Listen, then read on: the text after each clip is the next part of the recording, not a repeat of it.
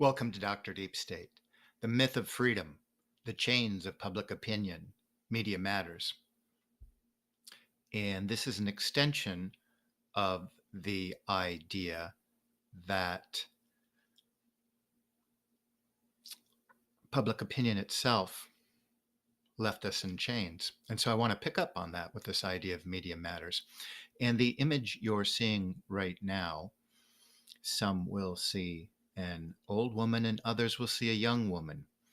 And as an analogy, what I would like to do with us today is by the end, be able to see um, both the young and old woman and see this relationship in this image to the relationship that I think we ought to have toward media. So, oligarchy, democracy, and public opinion. Let's get into it.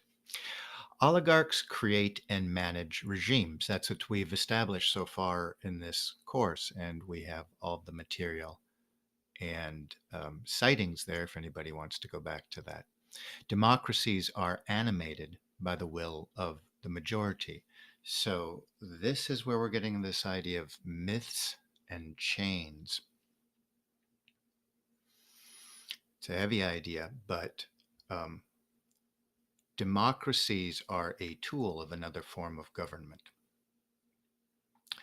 And at the germ of this device, this control device known as democracy, was the idea that psychologically, people would, for the first time in a new way, worship and have at the center animation of the individual and the collective, a new focus. It wasn't on the top of the triangle per se. It wasn't on the king or the pope or something that had this sort of a divine right to rule you. So we're severed from that. And it's explicit in the American Constitution. These titles of nobility will be severed. And what else kind of held a society together? The glue of society and orientated man toward his place in the earth in relation to the heavens. So what was this new God figure? It was governments by majority. So it's this will of the majority. It's almost fetishistic in democracies. And Tocqueville noted that. And it changes everything, our worldview down to our mannerisms, down to our habits of thought. And so the myth of freedom is that there is, in fact, this free market of choices that we have both economically and politically. They're part of a constructed reality. And that's where we've been going with this idea. Oligarchs, we have this idea that majority wills, their taste, their consumer patterns are accidental. And some of us are sort of tuned into the fact that other people create those preferences and direct those preferences. But as we've discussed, when you look into devices of control and styles of rule, with the one oligarchical class that has always existed throughout these empires of history, that their technique that they knew about using these democracies was the same critique that Plato made of these democracies. Is there's an absurdity, when people start to worship what 51% of people think is valuable, beautiful, moral, just. When you begin to worship that, internalize it as an idea so that it bends your train of thought, you are easily warped and manipulated, and you become more of a herd animal and easier to manage for the dominant oligarchs. So, without an awareness of how democracy itself is a tool of control by the dominant oligarchical class, it is difficult for us, if we're going to think about this as a set of instructions and a choice to either comply or resist the um, husband masters of our world. It's good to have an awareness so that we are, in that sense, truly free to make a decision by our own will. But if we are locked into these monopolies of information that oligarchs by nature always control, then we are radically less free. So the biopolitics of control shape the majority will. How do we do this broadly? How do the oligarchs do it broadly? Well, we're going to just, for the short time being, settle and think about three of these things: pharmacy, pharmakia, education, and media. I'm going to save the pharmacological part for later. Education, briefly talked about that. I wish I could develop that more, and I certainly probably will at least hit upon it one other time. But today I want to talk about media, the history of media in the United States, but it really parallels the history of media in late industrial societies. So I want to be focusing on that. And media is but a mechanism for control of public opinion, which is ultimately the trigger of controlling a society in the modern world. So when we teach this course when I teach it as an instructor, let me cut this break. I'm going to catch you on the other side real quick.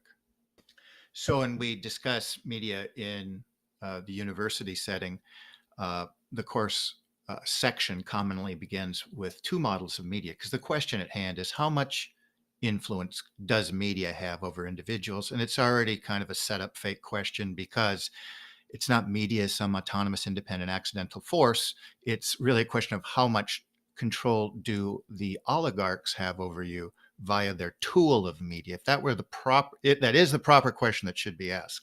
But in the accidental view of history university classroom, you began by media is just sort of one accident, and it's somehow controlled democratically, the way we somehow democratically control for the uh, major economic policies coming out of um, the United States capitals and other capitals around the world.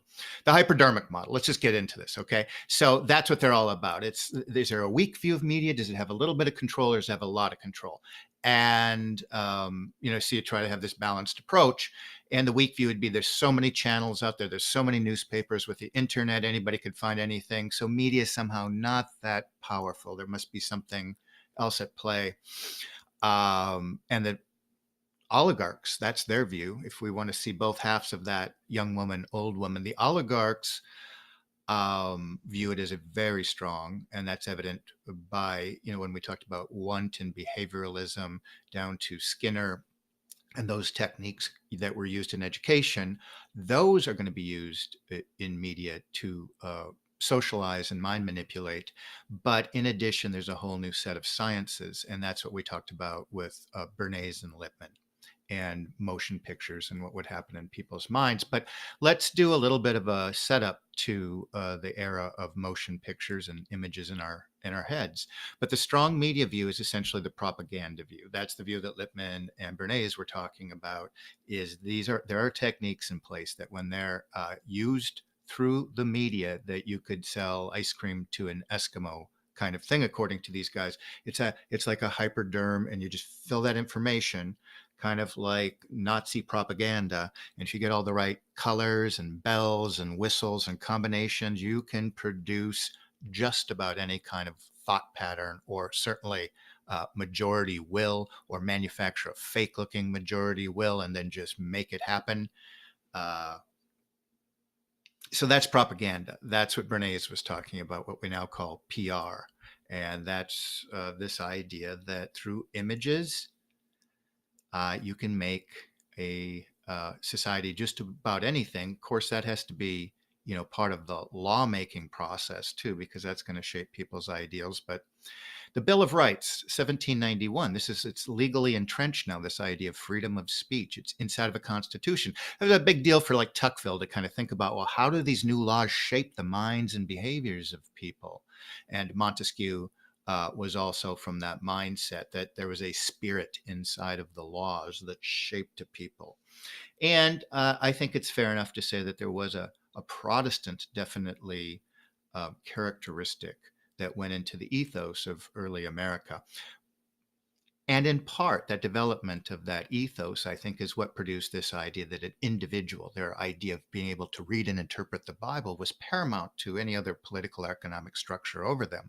It's a deep and heavy idea. And I might even argue that it's one of the pinnacles of the accomplishments of Western culture to really kind of frame a society around the will of an individual, because that would be the strongest kind of society, that at the same time allows him or her to form a community of their will and choosing.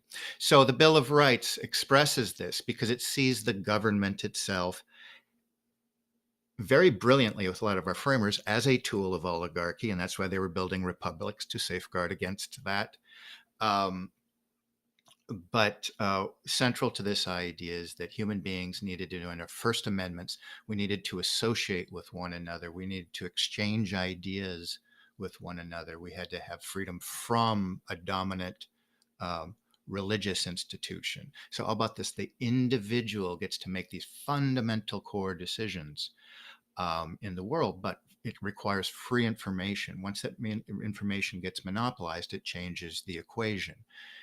And I think are, if a person were kind of honest, I think man in his fallen state, societies do fall into these triangular structures. And I think it's because of, talk about an alternative view, I think it's because of sin and the nature of man. Um, but, the early Americans encouraged, it was embedded in the Constitution. Early Congress thought, well, we're going to make this new government by the people in majority opinion, and we'll make a positive go of it. And we're going to encourage print culture. And 19th century America, in many ways and cases, had some of the highest literacy scores in the 19th century. So it was definitely a place that was on the go.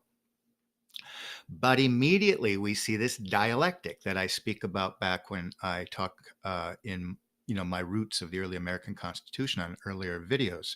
There's this necessary dialectic, and I have argued that was a managed dialectic created already by these age-old, same class, same families. When they created this system, that there would be this back and forth. That's the motor force for them that drives their push of history and their eschatology toward their end game. And so, but the other half, one half is going to say free press, new place, look at us, and pump out this idea of freedom and sometimes mythologize it. And the other side of that would create the Alien and Sedition Act of 1798. And this is complicated. So you just got this new country. It's all about free speech, free ideas, strong individuals reading the Bible the way you want to interpret it, free of authority, and creating communities on whether or not you believed it or didn't believe it. Alien and Sedition Act. And what was going on here is the Federalists were monopolizing power, because that's kind of how it needs to work in a republic. And that's why this idea, once political parties came in, you'd have a democracy. And that's what they warned about. All these, they would be a tool of the oligarchy. Read the Federalist Papers with that in mind. And this Alien Sedition Act stands in direct contradiction to the Constitution from the get-go. But it was kind of important in a way, because it would be the political parties. You see, I have to allow these people to criticize the Federalists, to criticize the government, and they say, no, we're in a time of danger. We just, right now, it's a new government, and you can kind of see both sides. There's a new government, let's not rock the boat, and so forth. But it was a managed dialectic. Just at least take that consideration, because that's how they control history and move events forward. So this, all of our whole long story through Supreme Court decisions of the ups and downs of freedom of speech in America, it's been a pretty free place to speak in many ways, until you see the parameters and where you can't go with your free speech, that you tend to awake that this was never an absolute right. Of course, there's things there, the Supreme Court would call corruptive for the minds of society. Prior restraint throughout American history, but especially in the case of U.S. versus O'Brien and New York Times versus Sullivan, whether or not the Alien Sedition Act were literally resurrected as it was in World War II, or it kind of takes this new face of prior restraint. If there's other objectives at hand, we're fighting a war on drugs or U.S. citizens or whatever it is now, we can say in the name of prior restraint, you can't push that information. But this isn't really the way. Censorship isn't really the biggest tool of oligarchs, because as Plato and Bernays and Lippmann observed, is people just they do just kind of want to follow what somebody's telling them. They don't want to complicate things, and they don't want to challenge authority. But again, these concepts are really nothing new. And boy, if you want to hear something that sounds contemporary, listen to this.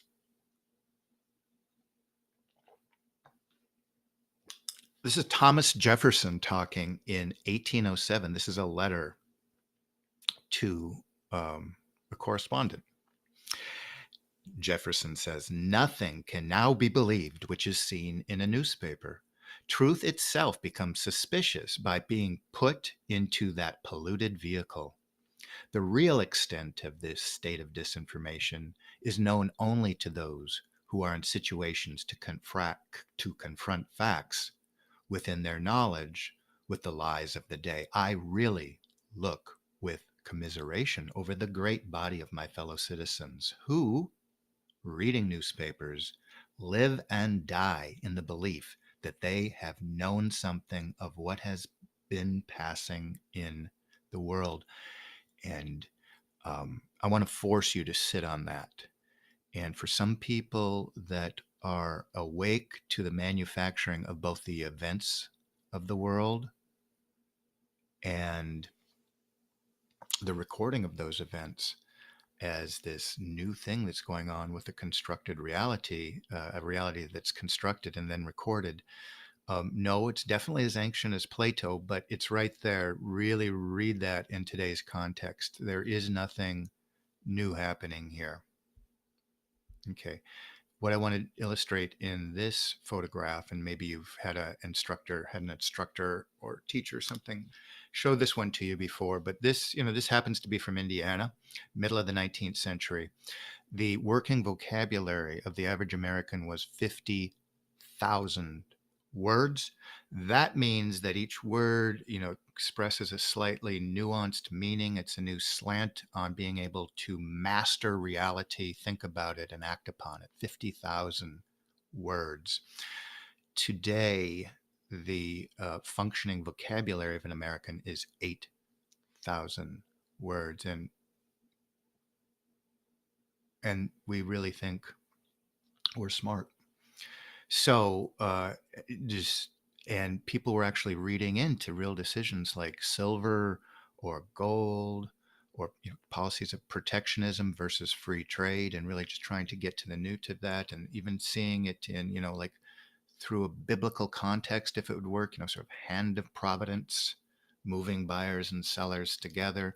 People were really tapping into some deep and fundamental ideas. And um, often this lecture, it takes many ups and downs during the 19th century, but we've heard of yellow journalism and jingoism.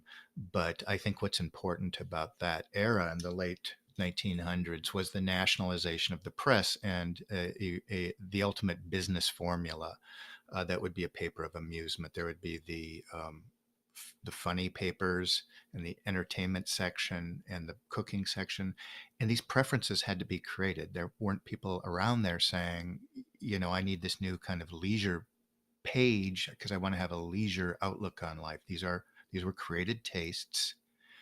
The idea of following foreign news, in particular American foreign policy, was not something, the building of a navy in the 19th century. Most people weren't interested in these ideas of America in terms of geostrategy. Um, People were focused on their localities, both in economics and in politics, and their papers rarely in the early 19th century even mentioned the affairs of the federal government. It was a small thing. So getting people interested, especially after the Civil War, where You couldn't get people from the north and the south on the same um, cruising ship for the Navy. So you had to bring these people together of a like-minded mind if they were going to move history with, America's occulted agenda. So you read about these figures, Pulitzer, um, and Hearst on the West Coast, and they'd form this dialectic, but ultimately they'd go, they'd really drive that addiction to news home. If it bleeds, it leads, you know, lipstick on that pig, color images, crank up the drama. So is this addiction to a certain kind of news and a certain kind of reality. And, I don't even need to breathe to sell this as, sort of a false flag narrative. That one's not very hard. Okay. So constructed, but it's not by the media, it's by the oligarchs who wanted to, pick your choice at that stage of their planning, I suppose, begin to increasingly privatize these economies, liberalize. Progressive era 1900, we're kind of taught that there were these muckrakers, these reformers. Not saying it wasn't true, but there was a time when the elites wanted sort of an attention drawn to themselves, that there were these robber barons, they had connections to European aristocracy and to the banking houses of London. And so there was this kind of decade or so when it was fair game to talk about this. And there was this idea that there was this new rail of power that would kind of keep a check on the powers that be, both economic and political. And it's almost forced reading Upton Sinclair. Um, you know, it is what it is. So there's this idea that somehow with the trust busting that these monopolies were really ever solved, or that the regulation of the food industry was or is truly there for the good of the people and not a hand at the will of the oligarchs. We talked about between the food supply, pharmacy, media, and education, and we're talking about the media piece right now and the development of that. And so that goes away just as quickly as it came. By World War One, the media is just selling. It's all part of this media industrial complex, the military industrial complex, the pharmaceutical industrial complex.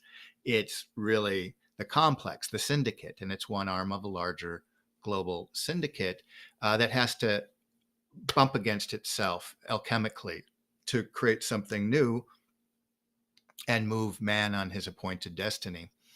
So you see that the Spanish are bestialized, and then the Germans are bestialized. And so it's blatantly not there to keep a check on government. It's like, let's get the guns ablazing. And, when we talk about majority opinion, in almost every case, it has to be manufactured. In almost every case, it's tied to a laundry list of evidence that looks like it was in each and every war what would be called false flag situation. So I'm not here to prove or disprove any of them, but the pattern is there in every case in American foreign policy. World War II, the 1940s. You see this, it's just all out there, not even pretending like it's a rail against power. A war is on, you always kind of taint the battlefield numbers or whatever you do to put a positive spin on it, and people want you to. And so that idea of progressive and watchdog and muckraker, it's not around. It's not very alive in mid-century America. Why?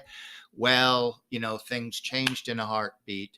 The monopoly on this weapon of mass destruction, plus it was in the cards for the United States to take the leadership role in this Bretton Woods New World Order system. And I want to just look at the media piece. I, of course, have presented scholarly material and will continue to, that these are a huge part of the theater of the 20th century. This exoteric view of history, where one half of the globe is pitted against the other, and it could, it could end by 1950. There's no longer a monopoly on this weapon. That it could all end in a heartbeat. So a new kind of idea had entered the psyche of the United States and was very traumatic. Um, People do argue over the power of these weapons and the level of manipulation that was involved in both the production of these events and the recording of these events. So huge fundamental things seem to have been, in part, manufactured through the tool of the oligarchs, the media.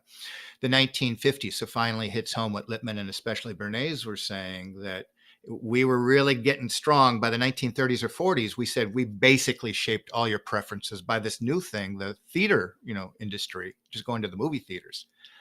But by the 1950s, they have what some religious figures might uh, consider the satanic altar inside the living rooms. And of course, it all starts out very small time and benign, a few hours a day, family affair, and you ratchet it however you want to see it, up or down, each decade as it goes by. But what was it really doing early on? How was it promoting the geostrategic objectives of the dominant oligarchs? Well, I think we have the beginning here, the techniques of Tavistock and so forth. How to mind manipulate an individual has really been brought onto the global stage. And so, a cornerstone of this technique is this kind of need, greed, and fear of loss that we have inside of individuals. We want something. We like cars. We like to keep our clothes clean, and we like leisure time. So just double down on that. You need it, but we can give you even more. This new society will deliver even more than you ever imagined. But on the flip side, that can all be taken away. And part of what ties this together then is the dominant narrative. Never, and there's always the assumption then that the narrative is an accidental project and not connected with the oligarchs that run the media and the democratic institutions. And it doesn't consider their objectives, especially their biopolitical and esoteric objectives. And when we start to see those objectives, these bigger pieces of history and the constructed reality that we live in kind of come together. So, yeah, what were they up to? Trauma-based mind control. And then, of course, we get that break that they tell us our history through time life reels. So suddenly the age of the 1950s and conformities was about change. And of course, it was scheduled to be changed by change agents, of course. But the 1960s, trying to kind of harden people up. So by 63, the gloves the women would wear and the hats and the pearl, that was going to change. We are going to sever them from those traditional connections. And we were, trauma, the death of the Kennedys and Martin Luther King and Malcolm X. And that's the first stage before we get to today, what we have random nightclub, school, church shootings. And yes, this is part of a continuum. The 1960s, the official narrative that we get is there were suddenly these kind of guerrilla journalists, once again, these new kind of muckrakers that were out in the paddy fields of Vietnam, and they were questioning American foreign policy because what they were seeing on the ground, Americans' policy wasn't supposed to be, for example, in Cambodia, but they were in Cambodia. And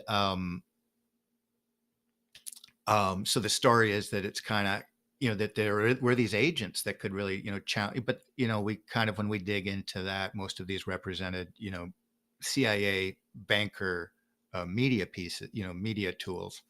So it was there. It was a new kind of information. It was a new, bent that journalism and now journalism schools, just like in All the President's Men, these regular guys can be a new rail, a new watchdog on society that can even take down the very heights of the power that be. Of course, this was all the theater. Nevertheless, there was this idea that was out there that people could record news that was critical of how society was constructed. And just to think about the 1970s, if you were alive then, most people were still reading those newspapers. They didn't have the number of words or ideas they did in the mid 19th century, but they were still mostly reading them. And a big shift was about to happen.